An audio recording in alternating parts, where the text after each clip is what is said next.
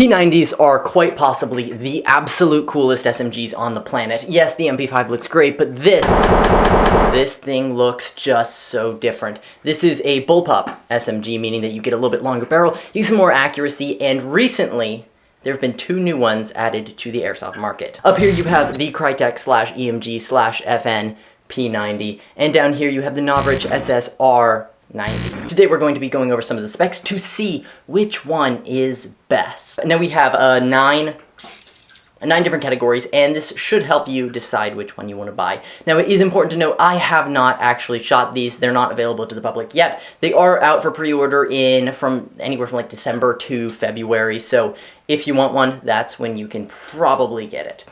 Now first up is price. And yes, these things are unbelievably expensive. The SSR90 is the cheapest, starting at $399, which is so expensive for an SMG. You can get a gas blowback a UMP45 for much cheaper than that. You can get an AEG MP5 for cheaper than that.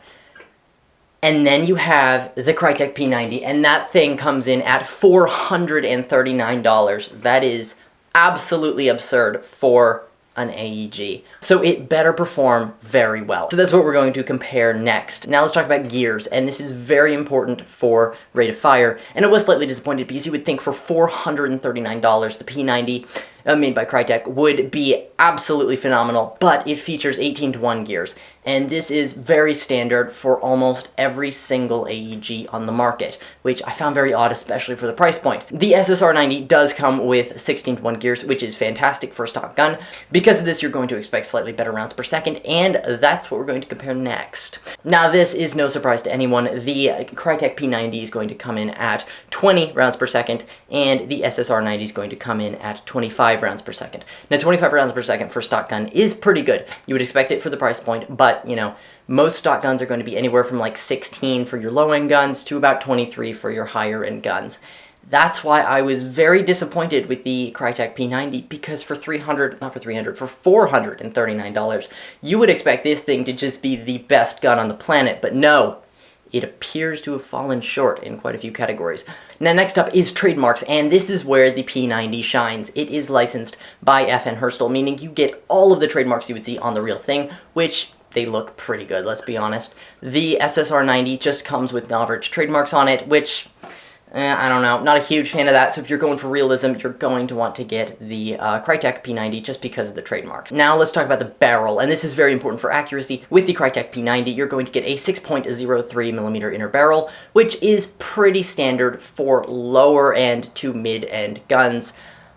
For $439, again, this is just pretty unacceptable for this price point. I would expect this to be about a $250 gun, just based off of the specs that we've seen so far. Now the Novritsch SSR90 comes with a 6.01mm barrel, which is absolutely fantastic. And again, this is what you would expect for this price point. And I'm very confused on why the Krytac is more expensive than the Novritsch SSR90. Now let's talk about the battery. Now this is a draw. For both of them, they can take 11.1 volt LiPo batteries, and they are wired to DINs. And I think that this is great. For the price point, you would absolutely expect for them to be wired to DINs with 11.1 volt LiPo battery capabilities, and they have not disappointed, which is very nice. Nice. Now something that I love about the SSR90 is that it features a binary mode on the trigger. That means every time you pull it, it shoots, and when you release it, it shoots as well. That means if you're not allowed to do full auto, say, in buildings,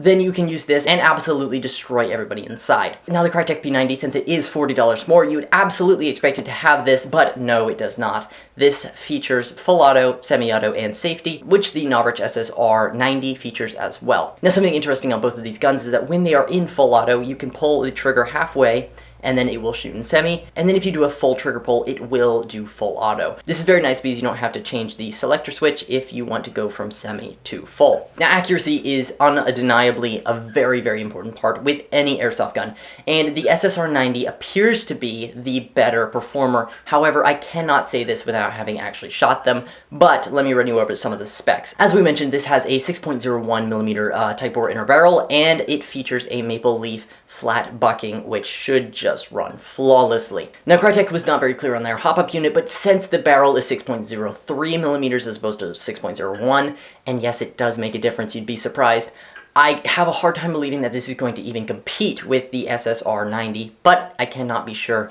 until I've shot them. Now, build materials appear to be great. This is a draw for both of them. They both have aluminum receivers. The SSR90 has a fiber-reinforced nylon body, and the Crytek P90's body is made of polymer. Now, none of these is really better than the other. They're both going to be incredibly strong, and unless you're doing this with it,